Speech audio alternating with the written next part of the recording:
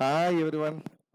അപ്പോൾ നമുക്ക് ഇന്ന് പുതിയൊരു സെഷനിലേക്ക് കോർപ്പറേറ്റ് അക്കൗണ്ടിങ്ങിലെ റിഡംഷൻ ഓഫ് പ്രിഫറൻസ് ഷെയർസിലേക്ക് നമുക്കൊന്ന് ശ്രദ്ധിക്കാം. വളരെ ഇമ്പോർട്ടൻ്റ് ആയിട്ടുള്ള ഒരു ഏരിയ ആണ്. കുറച്ചൊന്ന് ശ്രദ്ധിച്ചാൽ നമുക്ക് ഇതിൻ്റെ ഫുൾ മാർക്കും നമുക്ക് സ്കോർ ചെയ്യാനായിട്ട് പറ്റും. ഓക്കെ, ഞാനൊന്ന് പറയുന്നത് ജസ്റ്റ് ഒരു സ്റ്റോറി പോലെ നമ്മൾ ഒന്ന് അസ്യൂം ചെയ്ത് പോവുകയാണെങ്കിൽ നിങ്ങളുടെ മനസ്സിലൊരു കമ്പനി ഉണ്ടാവണം. ആ കമ്പനിയുടെ ഒരു പ്രിഫറൻസ് ഷെയർ ഹോൾഡേഴ്സിന്റെ പൈസ കൊടുത്തു തീർക്കാനായിട്ട് നമ്മൾ ശ്രമിക്കുകയാണ്. അങ്ങനെ അത് ചെയ്യുമ്പോഴത്തേക്ക് എന്തൊക്കെ കാര്യങ്ങളാണ് നമ്മൾ നോക്കേണ്ടത്? അതിന്റെ ലീഗൽ പ്രൊവിഷൻ, ആ ലീഗൽ പ്രൊവിഷൻ ആണ് നമുക്ക് അക്കൗണ്ടിങ് ട്രീറ്റ്മെന്റ് ആയിട്ടും വരുന്നത്. നമുക്കെന്നാ ക്ലാസ്സിലേക്ക് ഒന്ന് പോവാം. Okay, redemption of preference shares. എന്താ റിഡംഷൻ കൊണ്ട് ഉദ്ദേശിച്ചു കഴിഞ്ഞാൽ റീപേയ്മെന്റ് എന്നുള്ള ഒരു അർത്ഥമാണ്. Cancellation, repayment. അപ്പോൾ നമുക്കത് എങ്ങനെയാണ് അത് ക്യാൻസൽ ചെയ്യുന്നതെന്ന് വെച്ച് കഴിഞ്ഞാൽ നമ്മൾ പ്രിഫറൻസ് ഷെയർസിന് ഷെയർ ഹോൾഡേഴ്സിന് എത്ര രൂപയ്ക്കാണോ ഷെയർ ഇഷ്യൂ ചെയ്തിരിക്കുന്നത് മിനിമം അത്രയും രൂപയ്ക്കുള്ള എമൗണ്ട് നമ്മൾ തിരിച്ചു കൊടുത്തേ പറ്റുള്ളൂ.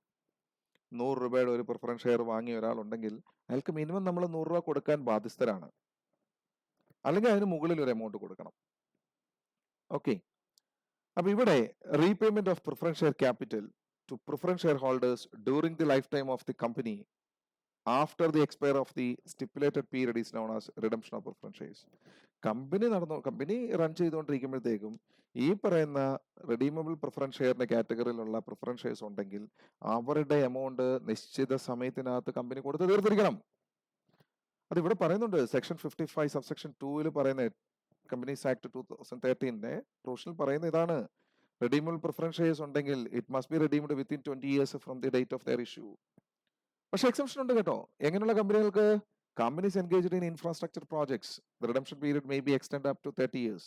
പക്ഷെ അവരോട് പറയുന്നുണ്ട് 21ാമത്തെ വർഷത്തിന് ശേഷം 10% വെച്ചൊക്കെ എങ്കിലും നമ്മൾ ആ റിഡംഷൻ വാല്യൂട്ട് പോവുകയാണെങ്കിൽ കമ്പനിക്ക് മൊത്തത്തിൽ ഒരു റിഡംഷൻ നടത്തുന്നതിന്റെ ഒരു ബുദ്ധിമുട്ടുകൾ അവിടെ വേണമെങ്കിൽ ഒഴിവാക്കാനായിട്ട് സാധിക്കും എന്നുള്ളതാണ് പറയുന്നത്.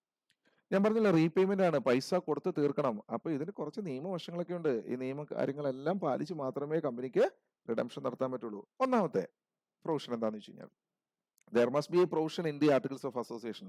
നിങ്ങൾക്കറിയാം, നിങ്ങൾ കോർപ്പറേറ്റ് റെഗുലേഷൻസിനകത്ത് പഠിച്ചിട്ടുണ്ടാവും. കമ്പനിയെ സംബന്ധിച്ചിടത്തോളം ഒരു മേജർ ഡോക്യുമെന്റ് ആണ് ആർട്ടിക്കിൾസ് ഓഫ് അസോസിയേഷൻ. അപ്പൊ കമ്പനിയുടെ ക്യാപിറ്റലിനകത്ത് എന്തെങ്കിലുമൊക്കെ ഓൾട്ടറേഷനോ കാര്യങ്ങളോ വരുത്തുന്നുണ്ടെങ്കിൽ വളരെ കൃത്യമായിട്ട് അത് മെൻഷൻ ചെയ്തിരിക്കണം. എവിടെ? ആർട്ടിക്കിൾസ് ഓഫ് അസോസിയേഷനിൽ മെൻഷൻ ചെയ്തിരിക്കണം. 2, A company can redeem preference shares only if they are fully paid up. Partly paid up ആണെങ്കിൽ നടക്കില്ല. നമ്മൾ പറയണം 100 രൂപയുടെ ഒരു പ്രിഫറൻസ് ഷെയർസ് 80 രൂപ വരെ അടച്ചിട്ടുള്ളൂ, അങ്ങനെയുള്ള പ്രിഫറൻസ് ഷെയർസ് റിഡീം ചെയ്യാൻ പറ്റില്ല. റിഡീം ചെയ്യണമെങ്കിൽ എന്ത് ചെയ്യണം? അത് ഫുള്ളി പെയ്ഡ് അപ്പ് ആക്കണം. ഫുള്ളി പെയ്ഡ് അപ്പ് ആക്കണമെങ്കിൽ നിങ്ങൾക്കറിയാം, അവിടെ നമ്മൾ ജേണൽ എൻട്രി ഉണ്ട് അല്ലേ? ഡ്യൂ എൻട്രി ഉണ്ട്, പൈസ കളക്ട് ചെയ്യുന്നുണ്ടല്ലോ. സോ ഡ്യൂ എൻട്രിയിലേക്ക് വരുമ്പോഴത്തേക്കും preference share final call account to preference share capital. Amount collect ചെയ്യുമ്പോൾ bank account to preference share final call account. നിങ്ങൾക്ക് വേണേൽ കമ്പൈൻ ചെയ്തൊരു എൻട്രി എഴുതാം, that is bank account to preference share capital. പക്ഷെ ഈ രണ്ട് രീതിയിൽ രണ്ടായിട്ട് കാണിക്കുന്നത് തന്നെയാണ് എപ്പോഴും നമുക്ക് നല്ലത്. ഇനി നിങ്ങൾ എക്സാം പോയിന്റിൽ നോക്കുമ്പോഴത്തേക്കും ഞാൻ ലാസ്റ്റത്തെ പ്രൊവിഷനിലേക്ക് ഒന്ന് പോവാണ്. എക്സാം പോയിന്റിൽ നോക്കുമ്പോൾ നമുക്ക് ഈ ഒരു പ്രൊവിഷൻ ഒന്ന് കൺസിഡർ ചെയ്യാം. നിങ്ങൾ ഇതിന്റെ തിയറിറ്റിക്കലായിട്ട് ചോദിക്കുമ്പോൾ ഇത് ലാസ്റ്റ് പ്രൊവിഷനായിട്ടൊന്ന് എഴുതി പോയാൽ മതി. ഇനി ഇടയ്ക്ക് എഴുതി എന്ന് പറയുന്നത് തെറ്റൊന്നുമില്ല. Redemption of preference share should not be regarded as reduction of the authorised capital. It reduce the value of paid up capital. ഇപ്പം ബാലൻസ് ഷീറ്റിൽ പെയ്ഡ് അപ്പ് വാല്യൂ എന്ന് പറഞ്ഞ് കാണിച്ചിരിക്കുന്നത് അത് ക്രെഡിറ്റ് ബാലൻസ് ആയിരിക്കും.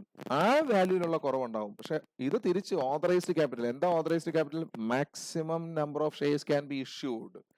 വീണ്ടും അത് ഇഷ്യൂ എന്നുള്ള രീതിയിലേക്ക് അവൻ തിരിച്ചു പോവാണ്. ആ ഒരു കാറ്റഗറിയിലേക്ക് തന്നെ തിരിച്ചു പോവാണ്. അപ്പൊ പെയ്ഡ് അപ്പ് ക്യാപിറ്റൽ കുറയും.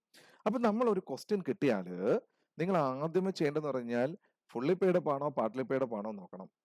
പാർട്ട്ലി പെയ്ഡ് അപ്പ് ആണെങ്കിൽ ഫുള്ളി പെയ്ഡ് അപ്പ് ആക്കുക. അതിനുശേഷം എത്ര എമൗണ്ട് ആണ് ഈ പ്രിഫറൻസ് ഷെയർ ഹോൾഡേഴ്സിന് കൊടുക്കുന്നത്? അതിവിടെ ഇതാണ്. ഒന്നെങ്കിൽ പാർ വാല്യൂ ആയിരിക്കാം, അല്ലെങ്കിൽ പ്രീമിയം ആയിരിക്കും. ഞാൻ നേരത്തെ പറഞ്ഞു 100 രൂപയ്ക്ക് ഷെയർ ഇഷ്യൂ ചെയ്തിരിക്കുന്ന ആൾക്കാർക്ക് 100 രൂപ തന്നെയാണ് കൊടുക്കുന്നതെങ്കിൽ നമുക്ക് എൻട്രി ആ ക്യാപിറ്റൽ കുറയുന്ന ക്യാപിറ്റലിനെ ഡെബിറ്റ് ചെയ്യുക. Redeemable preference share capital account debtor 2 ആർക്കാ കൊടുക്കുന്നത്? Preference share holders, redeemable preference share holders. അവരെ ക്രെഡിറ്റ് ചെയ്തേക്കുക. കാരണം കൊടുക്കുന്ന അത്രയും വരെ അത് ലയബിലിറ്റി ആണ്. 100 രൂപയുടെ 110 രൂപയ്ക്കാണ് കൊടുക്കുന്നതെങ്കിൽ ഒരു നഷ്ടം ഉണ്ടാവുന്നുണ്ട്. ആ നഷ്ടത്തെ നമ്മൾ ഡെബിറ്റ് ചെയ്യണം. അങ്ങനെയാണ് പ്രീമിയത്തിലാണെങ്കിൽ entry will be redeemable preference share capital account debtor 2 sorry again debit premium on redemption of preference shares account debtor 2 redeemable preference share holders. Okay, നമുക്കിന്ന് ഈ എൻട്രി നമ്മൾ പാർട്ട്ലി പെയ്ഡ് അപ്പ് ഇല്ലെങ്കിൽ നമുക്ക് ഫസ്റ്റ് ആയിട്ട് എഴുതി പോകാം. പാർട്ട്ലി പെയ്ഡ് അപ്പ് ഉണ്ടെങ്കിൽ fully paid up ആക്കുന്ന എൻട്രി ചെയ്തതിനു ശേഷം ഇത് എഴുതി പോകാം. ഇനി ഇതിന്റെ സെറ്റിൽമെന്റ് എന്ന് പറയുമ്പോൾ ഏറ്റവും ലാസ്റ്റ് എൻട്രി ആയിട്ട് നിങ്ങൾ കൺസിഡർ ചെയ്താൽ മതി. നമുക്കറിയാം ഇവിടെ റെഡിമേഡ് പ്രിഫറൻസ് ഷെയർ ഹോൾഡേഴ്സിന് ക്രെഡിറ്റ് വന്നിട്ടുണ്ടെങ്കിൽ ലാസ്റ്റ് പേയ്മെന്റ് നടത്തുമ്പോൾ അതിനെ ക്യാൻസൽ ചെയ്യണം. So redeemable preference share holders account debtor to bank എന്ന് പറഞ്ഞ ഒരു എൻട്രി എഴുതി നമ്മൾ അവസാനിപ്പിക്കുന്നു. അപ്പൊ ഇതാണ് നമ്മളുടെ സ്റ്റാർട്ടിംഗ് പോയിന്റും ഇത് എൻഡിങ് പോയിന്റ് ആണ്. ഇത് സ്റ്റാർട്ടിംഗ് പോയിന്റ് അല്ലാതാവുന്ന എപ്പോഴാണ്? Partly paid up fully paid up ആകുമ്പോൾ മാത്രമേ ഉണ്ടാവുന്നുള്ളൂ. ഇനി നമുക്ക് മൂന്നാമത്തെ പ്രൊവിഷനിലേക്ക് പോവാം. Preference shares can be redeemed at premium. നമ്മളിപ്പോ പറഞ്ഞാണ് if so premium on redemption must be provided out of profit. ഇത് 2013 മുമ്പ് 2013 ആക്ട് വരുന്നതിന് മുമ്പ് എങ്ങനെയായിരുന്നു വെച്ച് കഴിഞ്ഞാൽ നമുക്ക് സെക്യൂരിറ്റീസ് പ്രീമിയം കൂടെ ഉപയോഗിക്കാമായിരുന്നു. കമ്പനിക്ക് ഓൾറെഡി ഉള്ള securities premium account in cash എന്നുള്ള രീതി കളക്ട് ചെയ്തിട്ടുണ്ടെങ്കിൽ അത് ഉപയോഗിക്കാനുള്ള പ്രൊവിഷൻ തന്നിട്ടുണ്ടായിരുന്നു. പക്ഷെ 2013 ആക്ടിൽ വളരെ കൃത്യമായിട്ട് പറഞ്ഞിട്ടുണ്ട് it should be out of divisible profit. അതുകൊണ്ട് അവിടെ ജേണൽ എൻട്രി വരുമ്പോൾ നിങ്ങൾ ഓർത്തോണം surplus account or accumulated profit account or free reserve account to premium on redemption of preference shares. ഇത് ഞാൻ മുമ്പേ പറഞ്ഞല്ലോ, ഡ്യൂ എൻട്രി എഴുതിയപ്പോഴത്തേക്കും അവിടെ ഡെബിറ്റ് വന്നിരിക്കുന്ന അക്കൗണ്ട് ആണ്. അതിനെ ക്യാൻസൽ ചെയ്യണമെങ്കിൽ എന്ത് ചെയ്യണം? ക്രെഡിറ്റ് ചെയ്യണം. എന്ത് ഉപയോഗിച്ചാൽ ക്യാൻസൽ ചെയ്യുന്നത്? ഏതെങ്കിലും റിസർവ് എമൗണ്ട് ഉപയോഗിച്ചാണ് ക്യാൻസൽ ചെയ്യുന്നത്. റിസർവ് കുറയണമെങ്കിൽ റിസർവ് എന്ത് ചെയ്യണം? ഡെബിറ്റ് ചെയ്യണം. ഇങ്ങനെയുള്ള കാര്യങ്ങൾ മാത്രം നമ്മൾ ചിന്തിച്ചാൽ മതി. നമുക്ക് വളരെ സുഖമായിട്ട് തന്നെ ഇത് ചെയ്തു പോകാനായിട്ട് പറ്റും. ഇനി the preference shares can be redeemed out of profits available for dividends. Free reserve out of പ്രോഫിറ്റും പറ്റും, ഔട്ട് ഓഫ് ഫ്രഷ് ഇഷ്യൂ പറ്റും. ഫ്രഷ് ഇഷ്യൂ ആണെങ്കിൽ നമുക്ക് പുതിയ ഇക്വിറ്റി ഷെയർ അല്ലെങ്കിൽ പ്രിഫറൻസ് ഷെയർസ് ഇഷ്യൂ ചെയ്യാന്ന് പറയുക entry will be bank account debtor to equity share capital or bank account debtor to preference share capital. അത് അറ്റ് പാറിലാണെങ്കിൽ. പ്രീമിയത്തിലാണെങ്കിൽ bank account debtor to share capital account ഡേറ്റർ to securities premium account എന്ന് പറഞ്ഞ് നമുക്ക് entry ചെയ്താം. Section 53 പ്രകാരം companies act 2013 section 53 പ്രകാരം shares ഡിസ്കൗണ്ടിൽ issue ചെയ്യാറില്ല. ഇനി പ്രോഫിറ്റിലാണെങ്കിൽ എന്താണ് കണ്ടീഷൻ പറയുന്നത്? If the redemption is done out of profit, the company must transfer an amount equal to the nominal value of shares redeemed to capital redemption reserve. അപ്പൊ ഈ capital redemption reserve എന്താന്ന് ഒറ്റ വാക്കി ചോദിച്ചാൽ നമുക്ക് ഇങ്ങനെ എഴുതാം. It is a reserve created out of profit. It's a reserve created out of profit to redeem the redeemable preference shares. ഇത്രേ ഉള്ളൂ. അങ്ങനെ എഴുതി നമുക്ക് ഒരു മാർക്കാണ്. അപ്പൊ ഇവിടെ നിങ്ങൾ നോക്കുക, ഞാൻ നേരത്തെ പറഞ്ഞു റിസർവ് കുറയണമെങ്കിൽ റിസർവിനെ എന്ത് ചെയ്തു? ഡെബിറ്റ് ചെയ്തു. പുതിയ റിസർവ് ക്രിയേറ്റ് ചെയ്യാൻ നേരത്ത് അതിനെ ക്രെഡിറ്റ് ചെയ്തു. Entry will be surplus account or general reserve account or free reserve account debtor to capital redemption reserve. സിക്സ്ത്തിലേക്ക് വരുമ്പോഴത്തേക്കും CRR can be used for issuing fully paid bonus shares. നമുക്ക് പഠിക്കാനുണ്ടേ, fully paid bonus share issue ചെയ്യാൻ വേണ്ടി ഈ CRR ഉപയോഗിക്കാം. അപ്പൊ ഇതൊരു രസകരമായ ഒരു കാര്യമാണ്. അങ്ങനെ ആകുമ്പോഴത്തേക്കും നമുക്ക് ഇതിനകത്ത് ശ്രദ്ധിക്കേണ്ട ഒരു കാര്യം വെച്ചാൽ ഈ CRR എന്ന് പറയുമ്പോഴത്തേക്കും ആ റിസർവ് ബാലൻസ് ഷീറ്റ് നോക്കുമ്പോൾ ഒരു റിസർവ് കുറഞ്ഞ് ക്യാപിറ്റൽ കൂടുന്ന ഒരു പ്രോസസ്സാണ് അവിടെ വരുന്നത്. നമുക്ക് ബാലൻസ് ഷീറ്റിൽ വലിയ വ്യത്യാസങ്ങളൊന്നും ടോട്ടൽ വ്യത്യാസം ഉണ്ടാകത്തില്ല. റിസർവിനെ ക്യാപിറ്റലായിട്ട് കൺവേർട്ട് ചെയ്യാൻ കിട്ടുന്ന ഒരു ഓപ്പർച്യൂണിറ്റിയാണ്. അങ്ങനെയാണ് entry. Capital redemption reserve account debtor to bonus to share holders, bonus to share holders account debtor to equity share capital. Seventh നമ്മൾ ഓൾറെഡി നോക്കിയതാണ്. Redemption of preference shares should not be regarded as reduction of authorized capital. It reduces the value of paid up capital. അപ്പൊ നിങ്ങളെ സംബന്ധിച്ചിടത്തോളം നിങ്ങൾ minimum ഈ 7 point എങ്കിലും ഒന്ന് കൃത്യമായിട്ട് ഒന്ന് എഴുതിക്കോണം. കാര്യം നമ്മളെ സംബന്ധിച്ചിടത്തോളം 7 മാർക്കിന് ഇതിന്റെ തിയറി ചോദിച്ചാൽ വളരെ വൃത്തിയായിട്ട് തന്നെ ഇത് എഴുതിക്കോണം. ഇനി അത് 15 മാർക്കിന് ചോദിക്കുവാണെങ്കിൽ ഈ ജേണൽ എൻട്രീസ് എല്ലാം ഒന്ന് ആഡ് ചെയ്ത് വേണം നിങ്ങൾ പോകാനായിട്ട്. ഓക്കെ, പ്രോബ്ലം ചെയ്യുമ്പോൾ നമുക്ക് അതിനകത്ത് കുറച്ചും കൂടെയൊക്കെ ഈ പ്രൊസീജിയർ ഒന്നുകൂടെ പറയാം. ഇനി ഇതല്ലാതെ ക്വസ്റ്റിന് ചിലപ്പം ഇൻവെസ്റ്റ്മെന്റ് വിറ്റ കാര്യവും ഡിബഞ്ചേഴ്സ് ഇഷ്യൂ ചെയ്ത കാര്യമൊക്കെ പറയും. അതിന് നമ്മൾ അഡീഷണൽ എൻട്രി എഴുതി കൊടുത്ത് നമ്മുടെ ക്യാഷ് പൊസിഷൻ ഒന്ന് കൂട്ടാൻ വേണ്ടിയാണ് അങ്ങനെയുള്ള സിറ്റുവേഷനൊക്കെ നോർമലി തരുന്നത്.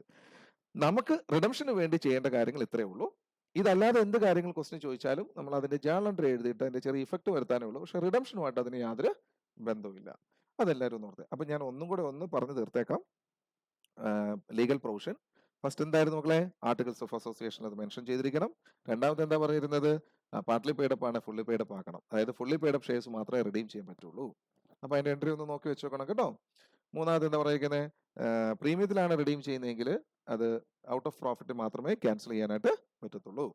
4, preference shares can be redeemed out of fresh issue or profits or out of profits free reserve. Fresh issue ആണെങ്കിൽ ഇക്വിറ്റി അല്ലെങ്കിൽ പ്രിഫറൻസ് ഷെയർസ് ഇഷ്യൂ ചെയ്യാനുള്ള റൈറ്റ് ഉണ്ട്. ഔട്ട് ഓഫ് പ്രോഫിറ്റ് ആണെങ്കിൽ നമ്മൾ പുതിയൊരു അക്കൗണ്ട് ക്രിയേറ്റ് ചെയ്യണം. ക്യാപിറ്റൽ റിഡംഷൻ റിസർവ് എന്ന് പറഞ്ഞ ഒരു റിസർവ് ക്രിയേറ്റ് ചെയ്യേണ്ട സാഹചര്യം വരുന്നുണ്ട്. ദെൻ ആറാമത്തെ പറയുന്നത് എന്താണ്, അങ്ങനെ CRR ക്രിയേറ്റ് ചെയ്തിട്ടുണ്ടെങ്കിൽ നിങ്ങൾക്ക് fully paid bonus shares issue ചെയ്യാനായിട്ടുള്ള സാഹചര്യമുണ്ട്. ദെൻ റിഡംഷൻ എന്ന് പറയുന്നത് ഓതറൈസ്ഡ് ഷെയർ ക്യാപിറ്റലുള്ള കുറവല്ല, മറിച്ച് നമ്മുടെ ബാലൻസ് ഷീറ്റിൽ കാണിച്ചിരിക്കുന്ന പെയ്ഡ് അപ്പ് ക്യാപിറ്റൽ എന്നുള്ള ഒരു കുറവായിട്ടാണ് പറയുന്നത്. ഇത് ഓതറൈസ്ഡ് ക്യാപിറ്റലിലേക്ക് തിരിച്ച് ഈ പറയുന്ന ക്ലാസ് ഓഫ് ഷെയർസ് ചെന്നിരിക്കും. അപ്പം ഇത്രയേ ഉള്ളൂ നമ്മളുടെ റിഡംഷന്റെ കേസിൽ. നമുക്ക് അടുത്ത വീഡിയോയിൽ ഇതിന്റെ ഒരു പ്രോബ്ലം നമുക്കൊന്ന് നോക്കാം. അപ്പോൾ okay, thank you so much. എല്ലാവരും നന്നായിട്ട് ഒന്ന് ശ്രദ്ധിച്ചു വെക്കണം കേട്ടോ, വളരെ ഇമ്പോർട്ടൻ്റ് ആയിട്ടുള്ള ഒരു ഏരിയ ആണ്.